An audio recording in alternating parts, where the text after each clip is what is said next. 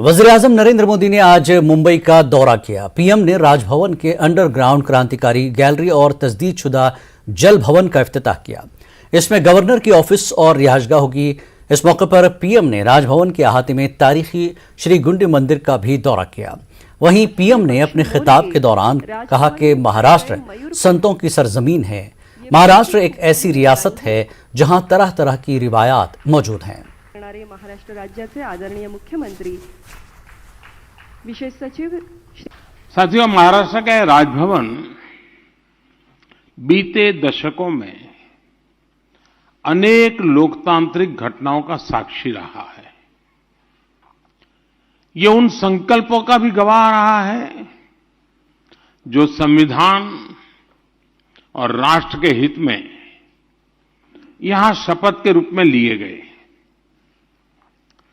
अब यहां जलभूषण भवन का और राजभवन में बनी क्रांतिवीरों की गैलरी का उद्घाटन हुआ है। मुझे राज्यपाल जी के आवास और कार्यालय के द्वार पूजन में हिस्सा लेने का अवसर मिला। ये नया भवन महाराष्ट्र की समस्त जनता के लिए, महाराष्ट्र के गवर्नेंस के लिए नई ऊर्जा देने वाला हो।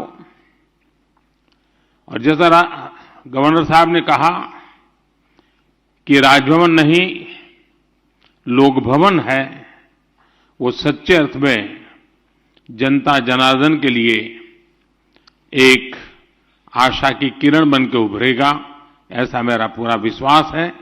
और इस महत्वपूर्ण अवसर के लिए यहां के सभी बंधु बधाई के पात्र हैं।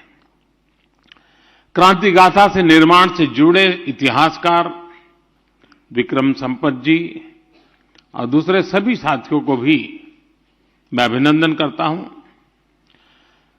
साथियों, मैं राजभवन में पहले भी अनेक बार आ चुका हूं। यहां कई बार रुकना भी हुआ है। मुझे खुशी है कि आपने इस भवन के इतने पुराने इतिहास को, इसके शिल्प को संजोते हुए आधुनिकता का एक स्वरूप अपनाया है। इसमें महाराष्ट्र की महान परंपरा के अनुरूप शौर्य, आस्था, आध्यात्म और स्वतंत्रता आंदोलन में स्थान की भूमिका को भी दर्शन होते हैं।